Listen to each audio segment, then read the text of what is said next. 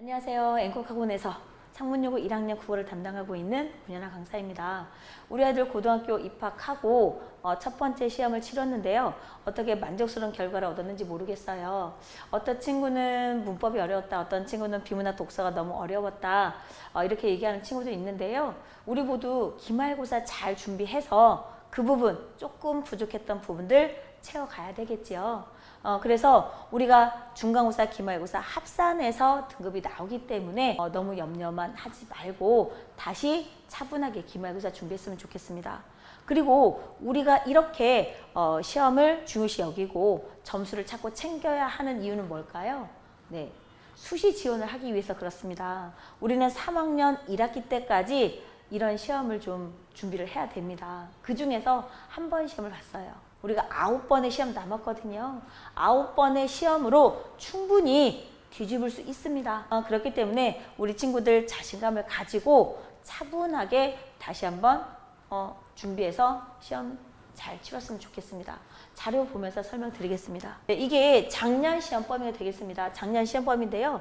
작년에는 현대시, 고전시, 그 다음에 산문문학, 그 다음에 수필은 포함이 됐었다가 제외가 된 부분이고요. 이 산문문학은 작년에는 출제가 됐었지만 올해는 기말고사로 좀 넘어갔고요. 이렇게 이제 출제가 됐었는데 기말고사입니다. 기말고사는 문법 중심으로 해서 굉장히 어려웠었어요. 그래서 작년에 중간고사하고 기말고사하고 평균 점수가 30점이 확 떨어지거든요. 근데 올해는 이제 변화가 있었습니다.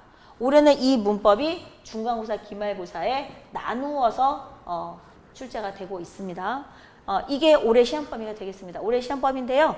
교과서에서 한 작품 들어갔습니다. 교과서 한 작품 들어가고 학습지 나눠주고 부교재에서 들어갔어요.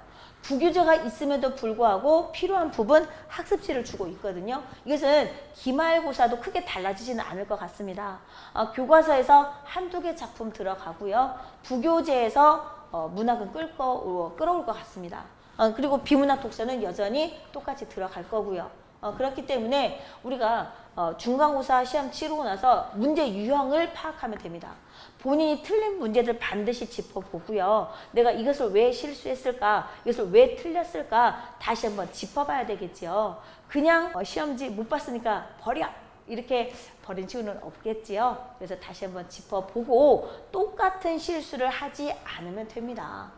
그래서 우리가 기초 학습하면서 내가 왜 틀렸을까 찾고 기억을 되새겨야 되겠지요. 시는 계속해서 시험범위에 포함될 겁니다. 중간고사, 기말고사, 또 2학기 때도 중간고사, 기말고사, 2학년 올라가서도 3학년 올라가서도 시는 빠지지 않습니다. 수능에서도 빠지지 않기 때문에 우리는 시는 고전시는 시대별로, 그 다음에 현대시는 주제별로 이렇게 학습을 하는 습관을 길들여 놓는 게 좋습니다. 그리고 비문학 독서입니다. 비문학 독서는 평상시에도 한두 개씩 계속해서 꾸준히 읽어가면서 문제 풀면은 많은 도움이 될 겁니다. 네, 그 다음 자료 보면서 말씀드리겠습니다. 네, 시험 범위가 교과서의 30% 이것은 문법이 포함된 시험 범위가 되겠고요. 부교재에서 70%다 이렇게 제가 나눠놓긴 했습니다. 하지만은 교과서에서도 문법도 학습지를 나눠서 진행을 했기 때문에 교과서에서는 10% 정도 되고요. 나머지는 학습지하고 부교재에서 출제가 됐다고 보시면 되겠습니다. 그리고 객관식으로 출제가 됐었는데 지문이 빽빽하게 차 있었어요. 그래서 아이들이 읽어야 할 내용이 너무 많아졌다. 분명히 공부를 하고 본문 내용은 알고 시험 문제를 봤음에도 불구하고 보기가 있고 그 다음에 긴 선택지가 있었고 그래서 시간 조율에서 좀 실패한 친구들도 있어요. 그래서 뒤에 문법을 좀 찍은 아이들도 있더라고요. 그래서 조금 안타까웠습니다. 그래서 시간 안배를 하는 연습도 훈련도 시켰는데 그런 부분들이 나타나더라고요. 우리가 첫 시험이다 보니까 좀 아이들이 긴장을 했던 것 같아요. 그 다음 자료 보면서 말씀드리겠습니다. 교과서 시험 범위하고 부교재 시험 범위를 섞어서 비교 분석하는 문제들이 대부분 출제가 됐다고 보시면 되겠습니다. 비문학 독서도 마찬가지고요. 비문학 독서는 보기를 제시해서 보기하고 일치 여부, 보기에서 말하는 거하고 본문에서 말하는 부분하고 비교해서 문제가 되는 거. 문학은 당연히 비교 분석입니다. 문학은 당연히 비교 분석이고요. 시구의 의미도 알아야 되지만 시구의 의미를 파악하면서도 비교 분석할 수 있는 거. 보기에서 언급한 내용을 선택지에서 제대로 풀이를 하고 있는지 그 답의 OX를 찾아내는 부분들, 이런 것들이 아이들이 좀 훈련이 덜 돼서 또 이런 문제를 접해보지 않았기 때문에 당황했을 거라 생각이 듭니다.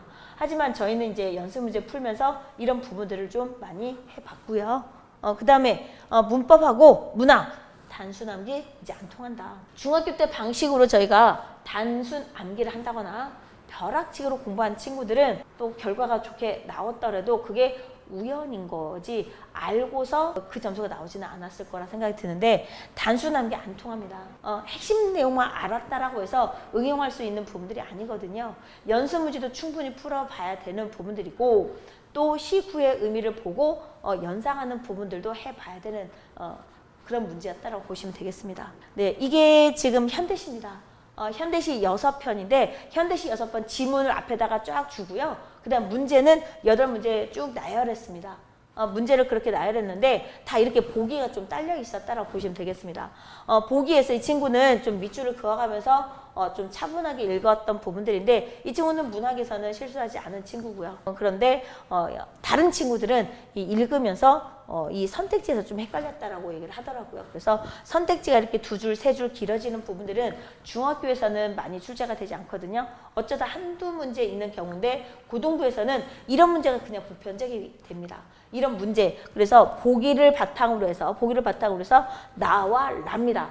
우리가 모의고사에서는 대부분 2개씩 혹은 3개, 많으면 3개 이렇게 비교해서 시험 문제가 되는데, 여기는 6개를 다 비교 분석하는 그런 문제들이 쭈루룩 출제가 됐다고 보면 되겠습니다. 그래서 내신으로 우리가 시험 범위가 정해져 있기 때문에 하나하나 분석하고 하나하나 쪽지 시험 보면서 확인해왔기 때문에 시에서는 우리 반 같은 경우는, 제가 데리고 있는 아이들 같은 경우는 문학은 실수가 없었습니다. 그래서 이 부분들, 그래서 보기를 활용하는 문제, 이해하는 여부 문제, 이런 부분들이 출제가 됐다고 보시면 되겠습니다. 그래서 뭐 8문제 출제가 됐었는데, 네, 한 문제를 실수한 친구들 있을 수 있죠. 그런 친구들 이제 왜 틀렸는지 반드시 보면서 다음에는 안 틀려야지 라고 하면서 또 기말서 준비해야 되겠죠. 네. 그 다음에 비문학 독서입니다. 비문학 독서는 제가 좀 많이 보여드리려고 양쪽에 좀 배치를 해봤어요. 왜냐하면 우리 아이들이 부모님 때 시험지를 잘 안 보여주더라고요. 왜냐하면 틀린 부분에 대해서 또 잔소리 하시고 또 야단 맞을까봐 안 보여주는 경향이 좀 있더라고요. 그런데 여기 보시면은 비문학 독서가 배점이 낮은 게 3점이고요. 4.5점짜리, 4.3점짜리, 그 다음에 3.7점짜리, 이런 식으로 3.7점짜리 2문제, 이런 식으로 비문학 독서가 배점이 좀 컸습니다. 그리고 이 부분인데요. 이 부분을 중앙에 놓은 것은 4.3점짜리이기도 하지만 이건 이제 4.5점? 이거를 실수한 친구들이 있고요. 이것도 실수한 친구들이 있거든요. 비문학 독서에서. 근데 이거는 비문학 독서 기출문제 보면은 그래프로 되어져 있는 자료입니다. 그래프로 되어져 있는 자료고, 또 본문에서 수소가 이렇게 더해져서 뭐가 만들어진다. 이렇게 두 개가 합해져서 뭐가 만들어진다. 본문에서 설명한 거 일치 여부가 되거든요. 그래서 그걸 그대로 수식화해서 나타나는 부분이 됩니다. 그래서 본문을 충분히 숙지한 친구들은 이게 낯설지는 않았을 텐데, 작년에는 이렇게 안 나왔는데 올해 이렇게 나와서 좀 변형을 주다 보니까 아이들이 당황했던 것 같아요. 그래서 이 부분 풀면서 시간을 조금 소비를 했어요. 시간이 조금 많이 걸렸다라고 합니다. 그리고 이겁니다. 오르고 내리고 증가하고 감소하고 이런 부분에서 아이들이 시간을 좀 많이 쓰거든요. 왜냐하면 혼동돼요. 분명히 학습했었던 자료임에도 불구하고 이런 부분이 좀 헷갈리기 때문에 다시 한번 또 점검하고 다시 한번 읽다 보니까 여기에서 시간이 많이 걸렸다라고 보시면 되겠습니다. 그래서 뒷부분에 가서 문법 아는 문제인데 그냥 급해서 그냥 답지에다가만 이제 마킹할 때만 찍어서 낸 거죠. 이제 그런 부분들이 틀린 거죠. 본인이 아는 대로 그냥 풀었으면은 맞는 문제였는데 그냥 이제 시간이 촉박하다 보니까 그냥 답지 낼 때 그냥 찍었다라고 하는 친구도 있어요. 그래서 그런 부분들이 조금 안타깝더라고요. 분명히 모의 시험을 보면서 연습을 좀 시켰었거든요. 근데 실전에서 또 첫 번째 시험이다 보니까 우리 아이들이 많이 긴장을 했던 모양이에요. 그런 부분들도 우리 기말고사 준비하면서 많은 연습을 통해서 그런 마음을 좀 진정하게 진정시켜놓고 문제 풀 수 있는 그런 연습도 훈련시킬 겁니다. 네, 여기 문법 문제입니다. 문법 문제도 지금 제가 3문제, 4문제 보여드리고 있는데요. 여기서 지금 다 보기가 이렇게 딸려 있습니다. 보기가 다 딸려 있고요. 우리 문법은 다 4점대입니다. 문법은 다 4점대고 그러니까 40점이 넘어가요. 40점, 50점이거든요. 10문제 출제가 됐기 때문에 4점짜리 4.3점, 4.2점, 4.1점 뭐 이렇게 되다 보니까 전체적으로 합하면은 거의 50점이 되거든요. 50점이 넘어가는 부분이에요. 절반입니다. 문법만 계속해서 팠더라도 여기서 절반이기 때문에 50점이 바탕에 깔리는 거죠. 거기서 이제 문학 실수 안 하고 내가 건져내면 되고, 비문학 독서에서 하나 실수했다라고 한다면 이렇게 이제 점수 계산이 되는 거죠. 그렇기 때문에 여기에서 문법은 다 수능형이라고 보시면 되겠습니다. 이 고3 문제에서 좀 힌트를 가져와서 고3 문제 틀에다가 넣어놨다라고 보면 되겠습니다. 우리가 고등학교 1학년 내신 대비해서는 이렇게까지 다루지는 않았었어요. 예전에는. 근데 최근에 와서 창문용어도 시험 문제가 많이 어려워졌습니다. 그거는 이제 변별력을 주겠다는 거고, 아이들이 학습 능력이 좋다라는 거죠. 상위권 아이들이 이제 경쟁이 치열하다 보니까 변별력을 줘야겠고, 그래서 고3 스타일대로 문제를 출제하게 된 것입니다. 그래서 작년에도 재작년에도 문법은 어려웠는데 올해 또 어려웠습니다. 그러면 우리가 기말고사 준비할 때 문법을 어떻게 준비해야 되느냐? 기말고사도 여전히 어려울 거다. 그렇기 때문에 세밀하게 파고들어야 되겠고, 보기를 잘 분석하면서 보기에서, 그다음에 여기 나오는 예문들입니다. 예문을 분석을 해야 되거든요. 근데 여기 나오는 예문 분석하는 부분들이 되는데, 이것은 저희 연습 문제 풀면서 다 봤었던 예시들이고요. 아이들이 실수할 때마다 이런 부분은 이렇게 풀어가는 거야. 이렇게 풀이를 해야 돼. 이렇게 접근해야 돼. 다 했었던 예시들이 돌고 돌아서 시험 문제도 나오는 건데, 여기서는 이제 보기가 하나씩 더 딸려가는 거죠. 보기가 하나씩 더 딸려가고, 선택지에서도 니은과 디귿은 니은은 디귿과 다르게 이렇게 하다 보니까 읽으면서 이제 혼동되는 부분들이 없지 않아 있었어요. 그래서 이것을 우리가 아이들이 좀 어렵게 읽으면서 어렵게 또 풀었고, 이런 데서 실수가 있었고, 이런 부분들이 안타깝게 이제 점수화되지 못하는 그런 현상이 나타난 거죠. 그래서 우리가 중세국어, 기말고사에서 중세국어를 준비해야 되는 부분들인데, 외워야 될 거, 봐야 될 거, 이때 중간고사 시험법보다 훨씬 더 많습니다. 그렇기 때문에 미리미리 준비를 해줘야 되는 것들이 있어요. 그래서 우리 아이들 지금 준비시키고 있고요. 그래서 외우고 나서 문제를 풀어줘야 되는 부분들, 그리고 어떻게 보면은 중간고사보다 쉬울 수도 있습니다. 외운 대로 시험 문제 나오니까. 네. 여기는 좀 응용을 할 수 있어야 되는 부분들이 되는데, 중세국어는 많이 응용을 해서 뭐 꼬아서 낼 수 있는 부분들이 그렇게 많지는 않아요. 틀이 잡혀져 있으니까. 중세국어에서 벗어나면 안 되니까. 하지만 이제 현대문법을 진행했기 때문에 현대문법하고 중세국어하고 합해서 출제가 될 가능성도 있습니다. 이게 지금 다 고3 스타일이거든요. 고3 스타일. 그렇기 때문에 고3 문제에서는 윗부분에서는 현대국어 문법을, 보기 2에서는 중세국어 문법을 줘서 두 개를 다 적용시켜서 분석해서 선택지를 골라내는 그런 문제들이 출제가 되고 있거든요. 그렇기 때문에 그런 문제 배점 4.5점짜리로 한 문제 정도는 나올 수 있습니다.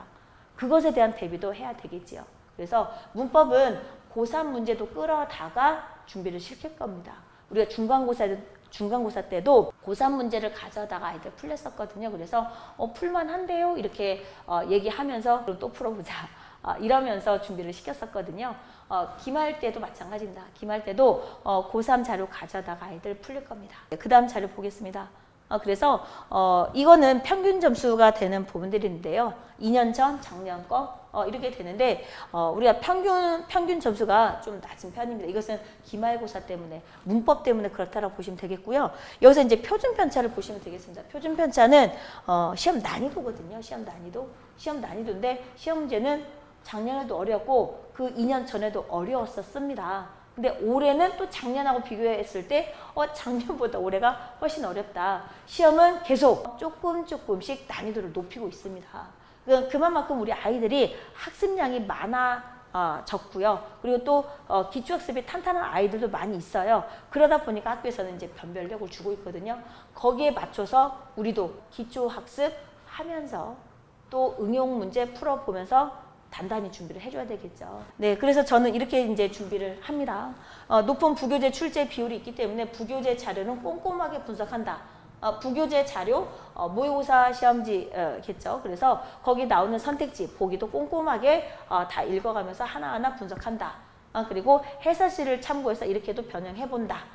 이렇게 접근시킬 거고요. 그다음 독서 이제 새로운 유형, 아까 방금 말씀드린 것처럼 보기를 변형해서 나타나는 그런 문제들이 되는데요. 그런 문제들도 좀 접근을 시키면서 풀어보도록 하겠습니다.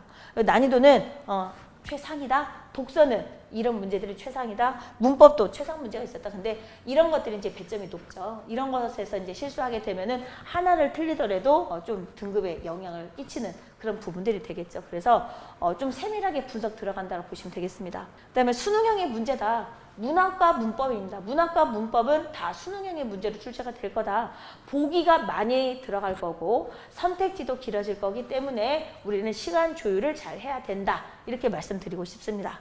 그래서 갈래별 학습 시킬 거고요. 이번 이제 3번 문학이 들어가기 때문에 3번 문학의 특징, 소설의 특징 이런 것들을 좀 짚어서 진행할 거고요. 부교재 일부만 이제 실린 작품들이 있는데 그런 부분들에서 관련된 주제와 관련된 부분들 자료 가지고 와서 같이 비교해서 또 문제 풀어보고 비교 분석할 거고 시구의 의미 파악하면서 이해시키면서 문제도 풀어볼 거고요.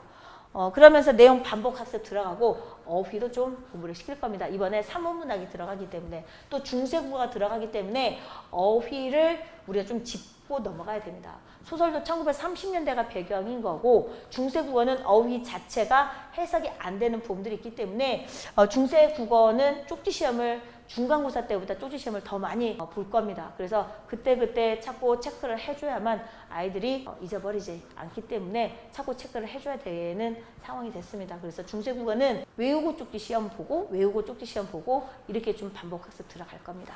네, 시험 범위 세밀한 분석 뭐 당연히 들어가고요. 시험 대비 강의 영상은 제가 추가로 따로 제작을 하기도 하고요. 혹은 이제 수업을 저희들이 녹화를 해서 그대로 올려주기도 합니다. 그래서 그런 영상들 볼 수 있게끔 하고요. 그래서 아이들이 집에서 혼자 공부할 때 막히는 부분도 없지 않아 있고 또 혹은 혼자 공부하다가 졸릴 수도 있는데 틀어놓고 해라 이렇게 얘기를 하거든요. 그리고 모의 시험을 좀 실시합니다. 이따가 뒤에서 자료를 보여드리겠습니다. 그래서 모의 시험을 보면서 시간 조절한다, 응용력을 또 해본다, 또 판단력을 또 익혀본다. 이런 게 이제 실전 문제에 적용해보는 그런 연습이 되겠습니다. 그래서 시간 조절하는 그런 연습도 시키고 있다고 보시면 되겠습니다. 그래서 자료입니다.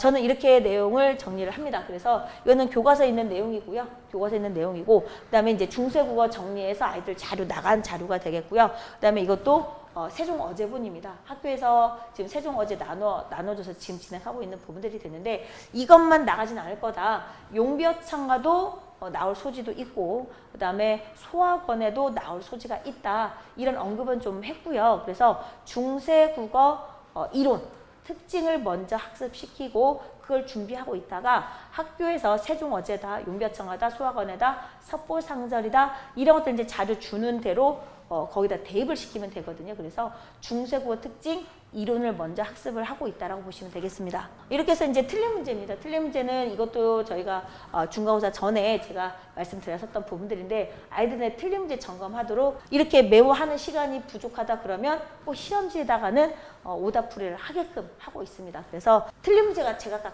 다르기 때문에 본인 스타일대로 정리를 조금 시키고 있습니다. 그래서 기본 틀은 이렇게 되고요. 어떤 친구는 어휘만 틀린 친구들, 어떤 친구는 이론이 좀 부족해서 이론을 잘못 대입해서 틀리는 친구들 이렇게 있거든요. 그래서 그런 부분들을 개별적으로 좀 보면서 또 얘기를 좀 해줍니다. 네, 그리고 이렇게 이제 모의시험 봤다라는 자료입니다. 그래서 아이들 시험 범위 정해지면은 거기에 맞춰서 확인학습도 진행을 하고 그러면서 모의시험을 보면서 우리가 시험 대비 진행한다고 보면 되겠습니다. 그리고 저는 이제 꼼꼼하게 좀 설명을 하는 부분이고요. 그래서 쪽지 시험을 많이 본다라고 했잖아요. 중세국어는 쪽지 시험을 안 보고 갈 수는 없습니다. 그래서 쪽지 시험 보고 외운 것도 확인하고 그 다음에 또 객관식 문제 풀어보고 또 외우고 또 쪽지 시험 보고 객관식 문제 적용해보고 이렇게 이제 반복 학습을 진행할 겁니다. 그리고 창문 요거만의 색깔대로 창문 요구만의 국어에 맞는 그런 성향대로 수업은 진행된다고 보시면 되겠습니다. 그리고 아이들하고는 뭐 카톡에 사진을 올려도 되기 때문에 카톡을 통해서 계속 소통하고 있다고 보시면 되겠습니다. 그리고 아까 이제 앞에서 자료 봤죠? 틀린 문제 오답풀이 하는 부분들, 그런 자료 가지고서는 아이들하고 1:1 상담을 좀 진행합니다. 그래서 어디가 부족한데 이런 부분은 이걸 했으면 좋겠어. 그리고 이런 문제가 부족하면은 선생님한테 더 달라고 해. 이렇게 이제 좀 얘기를 하는 편이 됩니다. 네, 뭐 지금이 비내신 기간이라고 얘기를 하는데요. 비내신 기간은 방학 때밖에 없습니다. 우리 1학년들은 꾸준하게 기초를 좀 쌓아주고 있어야 됩니다. 문법도 이번에 어려웠던 부분들이 기초가 조금 흔들려서 품사가 안정적으로 응용할 수 있는 아이하고 품사가 조금 헷갈리는 아이들하고 문제를 접근하는 부분들이 좀 다르거든요, 방식이. 그렇기 때문에 그런 부분들을 좀 강조하면서 수업을 했었던 중간고사 시험이었고요. 이번에는 중간고사 시험 범위를 바탕으로 해서 중세국어를 이해해야 되는 부분이 되거든요. 그래서 우리가 중간고사에서 의문의 변동했던 것을 다 잊어버리고 오면 안 되고 그것을 다시 써먹어야 되거든요. 그래서 그거 아이들 다시 머릿속에서 재생하는 역할을 좀 시키고요. 그런 다음에 중세국어에 대입하는 연습을 좀 시키고요. 그래서 비내신 기간이지만 문법은 여전히 내신 대비를 하고 있다라고 보시면 되겠습니다. 그리고 비문학 독서입니다. 비문학 독서도 내신 대비하고 연계되는 부분들이기 때문에 다 비내신 기간이지만 우리는 내신 대비하고 있다라고 보시면 되겠습니다. 이것은 여름방학 때 고스란히 적용이 됩니다. 여름방학 때는 2학기 교과서에 문법이 뭐가 있는지 확인하면서 그 문법을 좀 다룰 거고요. 피동사동 높임입니다. 인용 표현도 좀 어렵게 출제가 되고 있는데 그 인용 표현도 미리 학습한다라고 보시면 되겠습니다. 그리고 비문학 독서가 꾸준히 들어가기 때문에 이거는 계속해서 해야 되겠고요. 왜냐하면 이게 다 수능으로 이어지는 부분이거든요. 우리 아이들 내신을 챙기는 거 제가 수시만 강조했었죠. 수시도 수능 최저가 아직은 살아 있습니다. 그렇기 때문에 수능 최저를 준비하는 친구들도 있기 때문에 우리가 수능은 배제할 수는 없거든요. 그리고 한 번의 실수 이런 것들이 있어서 나는 정시로 가야 된다라고 하는 부분들이 있습니다. 나중에는. 근데 3학년 올라가서 정시를 갑작스럽게 준비한다? 그때 실력이 확 올라간다? 그렇진 않습니다. 1, 2학년 때 배경 지식, 1, 2학년 때 학습해 놓은 것들이 고3 가서 많이 보탬이 됩니다. 그래서 1, 2학년 때 우리가 기초도 쌓아놓고 이런 문제 저런 문제 많이 풀어봐야 됩니다. 그래서 비내신 기간 방학 때는 조금 수능 모의고사에 맞추어서 진행한다고 보시면 되겠고 내신 기간은 당연히 학교 시험 범위에 맞추어서 집중해서 진행한다고 보시면 되겠습니다. 그래서 이미 중세국어 시작한 아이도 있을 거고요. 어떡하지 나 좀 늦은 것 같아. 중세국어 다 나갔대. 이런 친구도 있을 텐데요. 중세국어는 이번에 오게 되면은 6월 전에 이번 주까지는 좀 와야 뭐가 풀이가 될 것 같아요. 7월 초에 시험이 있기 때문에. 그래서 6월에는 입반이 안 될 것 같아요. 어렵고요.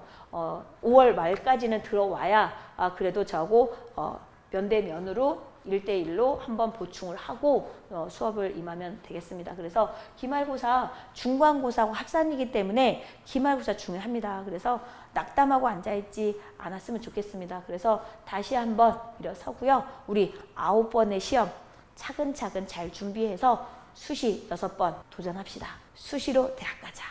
자, 여기까지 마치겠습니다. 감사합니다.